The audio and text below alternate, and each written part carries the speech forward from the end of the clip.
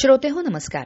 आकाशवाणी पुणे प्रादेशिक वृत्त विभाग सादर करीत आहे साप्ताहिक घडामोडींचा आढावा घेणारा कार्यक्रम वार्ताचित्र.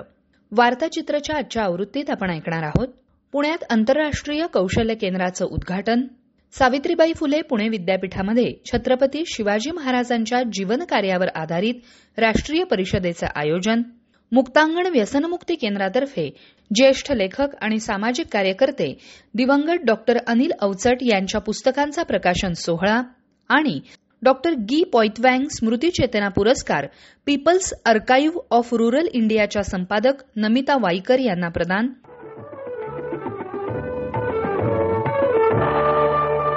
पुण्यात तयार करण्यात आलेल्या आंतरराष्ट्रीय कौशल्य विकास केंद्राचं उद्घाटन राज्याचे उच्च आणि तंत्रशिक्षण मंत्री चंद्रकांत पाटील यांच्या हस्ते नुकतंच करण्यात आलं. या कौशल्य केंद्राविषयी अधिक माहिती देत आहेत आमचे प्रतिनिधी योगेश रांगणेकर.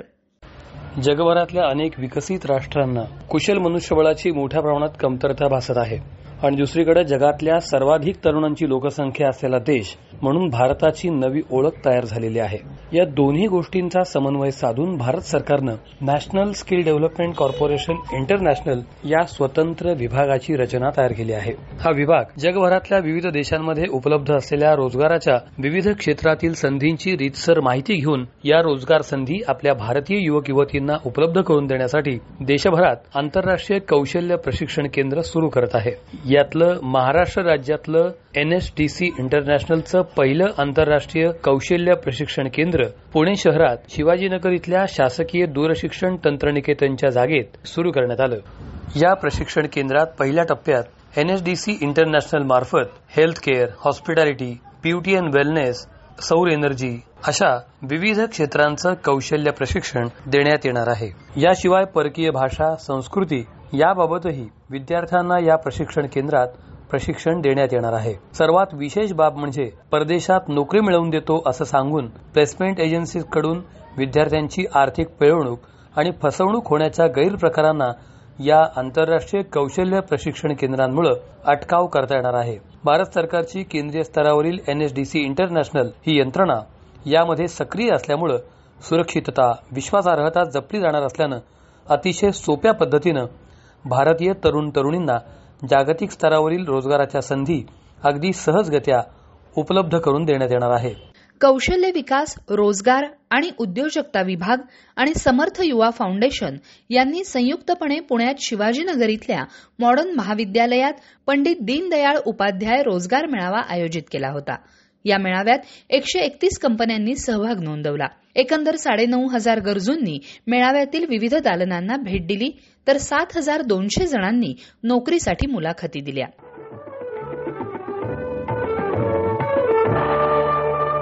सावित्रीबाई फुले पुणे विद्यापीठाच्या अमृत महोत्सवी वर्षानिमित्त 2 दिवसांची राष्ट्रीय परिषद नुकतीच झाली. छत्रपती शिवाजी महाराजांच्या जीवन आणि कार्याचे 21व्या शतकातील महत्व आणि समायोचितता या विषयावर आयोजित या परिषदेबाबत अधिक माहिती देत आहेत सावित्रीबाई फुले पुणे विद्यापीठाच्या संज्ञापन आणि वृत्तपत्र विद्या विभागाचे प्रमुख डॉक्टर संजय तांबट. केवळ इतिहासाच्या दृष्टिकोनातून नव्हे तर जीवनाच्या सर्वच क्षेत्रांमध्ये छत्रपती शिवाजी महाराजांच्या प्रभाव व परिणामाचा साकल्याने आकलन करणे आणि समकालीन संदर्भामध्ये त्यांची पुनर्मांडणी करणे या दृष्टीने या परिषदेचे आयोजन करण्यात आले होते. यामागची मूळ संकल्पना व्यवस्थापन परिषदेचे राज्यपाल नियुक्त सदस्य रवींद्र शिंगणापूरकर यांनी मांडली होती.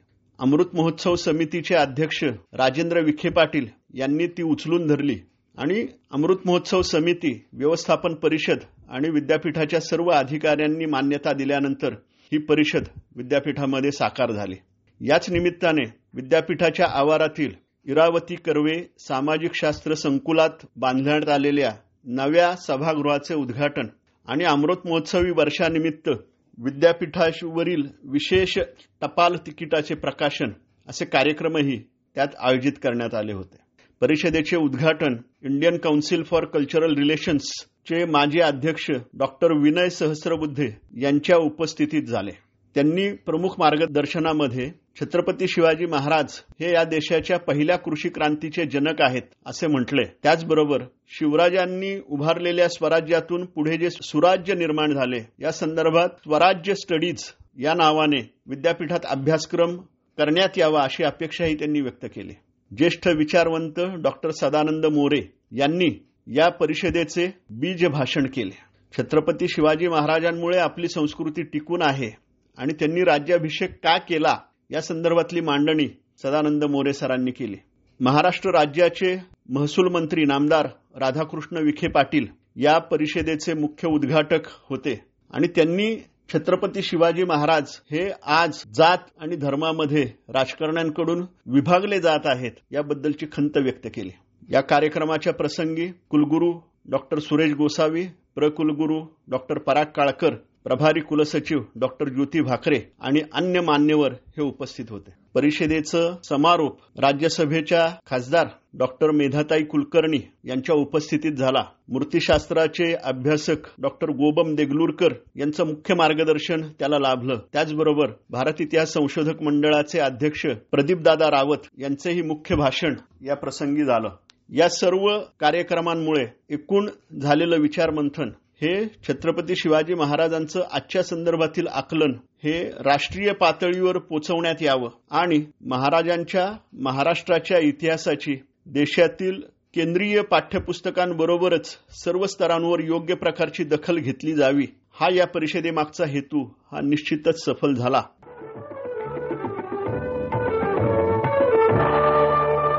मुक्तांगण व्यसनमुक्ती केंद्राच्या वतीनं दिवंगत लेखक आणि सामाजिक कार्यकर्ते डॉक्टर अनिल अवचट यांच्या 80व्या जन्मदिवसानिमित्त त्यांच्या 2 पुस्तकांचा प्रकाशन सोहळा नुकताच आयोजित करण्यात आला होता. यावेळी डॉक्टर अनिल अवचट यांच्या जवळचे या पुस्तकाचं आणि त्यांनी लिहिलेल्या पुण्याची अपूर्वाई या पुस्तकाच्या the wonder that is Pune या अपर्णा महाजन आणि निलिमा कुलकर्णी यांनी अनुवादित केलेल्या इंग्रजी पुस्तकाचं प्रकाशन करण्यात आलं.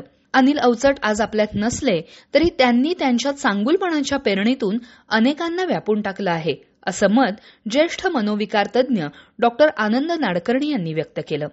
ते म्हणाले, आता सगळेजण बोलत होते तेव्हा मला असं वाटत होतं की बाबा हा क्षणस्थ माणूस होता. ह्या क्षणामध्ये असलेलं म्हणजे आज आमच्याकडे माइंडफुलनेस अशी जी मेडिटेशनची स्टेज म्हणतात तर क्षणस्थ होतं बाबा. म्हणून बाबाची मग्नता म्हणजे त्याचं ध्यान होतं. बाबा म्हणजे चांगुलपणाचं चांदणं, ज्याला कधी अमावस्याच नव्हती, कारण चांदण्याला कुठे अमावस्या असते, चंद्राला असते. चांदणं सततच असतं आणि बाबाचं जे चांदणं होतं ना चांगुलपणाचं, त्याच्यात बाबामध्ये झालेले फरक असे की तो जेव्हा अगदी तरुण होता तेव्हाही त्याच्या स्वभावामुळे त्याच्या चांगुलपणाला परताव्याचा हट्ट नव्हता, पण अपेक्षा होती. असा एक काळ होता आणि नंतरच्या काळात हट्ट तर कधी नव्हताच, पण अपेक्षा सुद्धा विरळ होत जाणं हा त्याचा पुढचा प्रवास होता. आणि एका क्षणाला ते चांदणं इतकं टिपूर असायचं की ते पूर्णपणे निरपेक्ष असायचं आणि ज्या क्षणी ते पूर्ण निरपेक्ष असायचं त्या क्षणी ते आपल्या मनामध्ये आपोआप उतरत जायचं. चांदणं आज या पुस्तकांच्या रूपानं, आपल्या सगळ्या आठवणींच्या रूपानं आपल्या सगळ्यांच्या वरती ती मायेची पाखरं. या कार्यक्रमाला प्रसिद्ध दिग्दर्शक सुनील सुक्तनकर उपस्थित होते. यावेळी त्यांनी आपल्या भावना व्यक्त केल्या. मला वाटतं अलीकडच्या अनेक तरुणांना मी भेटतो आणि असं वाटतं की अनिल काका हा म्हणजे 65-70चा जसा जवळ आला तसा तो एक खरंच गोड आजोबा झालेला होता आणि त्यामुळे अनेकांना हे असे अवचट आजोबा असे ओरिगामी करत असतात, लहान मुलांशी खेळतात, असे काहीतरी गोड, असे काहीतरी छान दाढीवाले गोड आजोबा आहेत असं एक चित्र वाटायचं. आणि मला सारखं असं वाटायचं की अरे बाळांनो, तुम्हाला माहिती नाहीये की हा माणूस एक झोळी लावून सगळ्या राजकीय पुढाऱ्यांना अंगावर घेत, गुंडांना अंगावर घेत, लाल तांबड्या बसमधून खेडोपाडी हिंडत होता, उन्हातानातनं फिरत होता. ना कुठली मदत होती, ना कुठल्या एखाद्या मोठ्या संस्थेचं पाठबळ होतं. त्याला कोणी सांगितलंही नव्हतं की हे उद्योग कर म्हणून. आणि तो ती झोळी लावून तिथे जाऊन त्या प्रश्नांची तड लावून त्यांचा अभ्यास करत होता. आणि आता तर खरंच आत्ताचा मध्यमवर्ग तर मला वाटतं आणखीन डोळ्याला झापडं लावणारा बनलाय. हे मला अनिल काकाच्या सारख्या लोकांनी एवढे प्रयत्न करूनही कसं झालं याचं एक स्वतंत्र दुःख वाटतं. पण तेव्हाचा जो मध्यमवर्ग होता त्यांना तो हलवून जागा करत होता की अरे तुमच्या भोवती एवढंच जे विश्व आहे त्याच्या पलीकडे खूप काहीतरी. प्रसिद्ध गायक आणि संगीतकार डॉक्टर सलील कुलकर्णी यांनीही यावेळी आपले विचार मांडले. मी बाकी बाबवर कार्यक्रम केला आणि तेव्हा मी बाबाचा उल्लेख केला होता, देखणे ते चेहरे जे प्रांजळाचे आरसे, गोरटे वा सावळे या मोल नाही फारसे, अशी बोरकरांची कविता आहे. त्याच्यात देखणे ते हात ज्यांना निर्मितीचे डोळे असं म्हणल्यावर मी म्हणलं होतं की तुम्ही किती जण अनिल अवचटांना तुम्ही स्टेजवर किंवा प्रत्यक्ष पाहिलंय माहिती नाही, पण मी खूप वेळा पाहिलंय त्यांच्या हाताला ते निर्मितीचे डोळे होते असा मी त्यांचा उल्लेख केला होता. त्यांचं ते ओरिगामी करणं हे मी बघा आता कसं ओरिगामी करतो ह्याच्यासाठी नव्हतं, त्यांच्या हातांना शांत बसवायचंच नाही. बासरी तरी वाजवावी, फोटो तरी काढावे, ओरिगामी तरी करावी, नाही तर कोणातरी काहीतरी समजून सांगावं. पण ती सतत ती घटना घडणं, सगळेजण बोलताना किती भरभरून बोलतात. म्हणजे सुनीलला पण मी किती सुंदर आठवणी आहेत, म्हणजे मी क्षणबंध समारंभ विसरून गेलो, इतकं तो छान त्याच्या 84 आणि सगळं सांगत होता. तर मला कायम सगळ्या लिखाणात सुद्धा व्यक्तिमत्वात सुद्धा जाणवणारी सगळ्यात रेअरेस्ट गोष्ट मला वाटते ती म्हणजे तंद्री. मला नेहमी वाटतं की बिझी असणं, व्यस्त असणं आणि मग्न असणं या दोन वेगळ्या गोष्टी आहेत. आणि बिझी तर आपण सगळेच असतो की मी जरा काल तिथे होतो, उद्या तिथे असणार, याला बिझी असणं म्हणतात. आणि मग्न असणं ते बाबाच्या चेहऱ्यावर दिसायचं. पहा,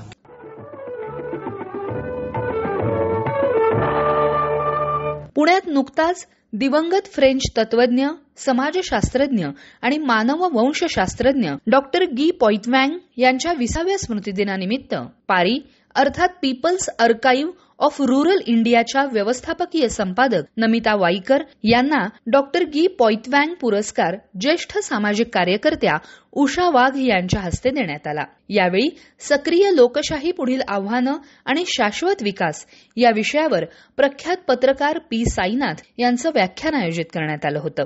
समाजात मोठ्या प्रमाणात विषमतेची दरी वाढत असून समानता स्थापित करणं हेच मोठं आव्हान आहे.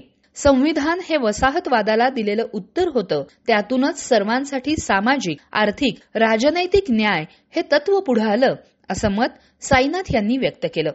या पुरस्काराला उत्तर देताना नमिता वाईकर म्हणाल्या, जात्यावरच्या ओव्यांचा संग्रह 2016 सालापासून पारी म्हणजे People's Archive of Rural India जतन करत आहे. या संग्रहातल्या ओव्या निवडून त्यावर लेख लिहिण्याचे काम मी करते. इंग्रजी, मराठी आणि इतर भाषांमध्ये या ओव्या पारीच्या वेबसाईटवर उपलब्ध आहे आणि ही वेबसाईट म्हणजे ruralindiaonline.org. या ओव्या ऑडिओ, व्हिडिओ आणि लिखित अशा माध्यमात आहेत. तर गावातील महिला आपल्या मनातले विचार या ओव्यांमार्फत मांडत आल्या आहेत आणि हे बऱ्याच वर्षांपासून त्यांनी केलेलं काम आहे. तर त्यांचे विषय अगदी अफाट आहेत. गावातल्या समाजातल्या घडामोडी, लोकांचे वर्तन, स्त्रियांना कशा कठीण सामाजिक व आर्थिक स्थितींना सामोरे जावे लागते, मग ते सासरच्या माणसांची वागणूक असो, गरिबी असो, पाऊस पाणी, शेती, ऋतूंमधले बदल, असं हे सर्व काही या ओव्यांमध्ये त्या आपले विचार मांडतात. जेव्हा 2021 या साली ग्वँग्जू साऊथ कोरियामध्ये प्रदर्शन घडलं तर ओव्या ऐकून तिथल्या काही महिलांनी त्यांच्या आई आजी सुद्धा कसे लोकगीत गातात ते त्यांना आठवले. जरी मराठीत ओव्या ऐकल्या तरी त्याचे अनुवाद आणि भावार्थ इंग्रजीत आणि कोरियन भाषेत त्यांना वाचायला मिळाले. 2022-23 साली बर्लिनचे ग्रोपियस बाऊ आणि 2023-24 मध्ये लंडनचे बार्बिकन इथे सुद्धा प्रदर्शनांमध्ये लोकांना ओव्या ऐकायला मिळाल्या. बर्लिनमध्येच आणखीन एक एस4 इनिशिएटिव्ह म्हणून आहे, तिथे सुद्धा त्यावरच्या ओव्या लोकांना ऐकायला मिळाल्या आणि त्यांनी महिलांनी केलेले हे काव्याचे प्रकार आणि त्यांचे विचार याचे त्यांनी फार कौतुक केले.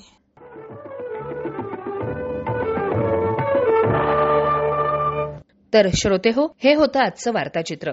संपादन केलं होतं माधवी कुलकर्णी यांनी. संकलन होतं योगेश रांगणेकर, प्रसाद पाठक, सीमा चोरडिया, संतोष गोगले आणि नितीन जळूकर यांचं. तंत्रसहाय्य आणि निवेदन पूजा दीक्षित. हा कार्यक्रम आकाशवाणी पुणे केंद्राच्या प्रादेशिक वृत्त विभागानं सादर केला. तर श्रोतेहो, पुन्हा आपली भेट पुढच्या आठवड्यात. नमस्कार.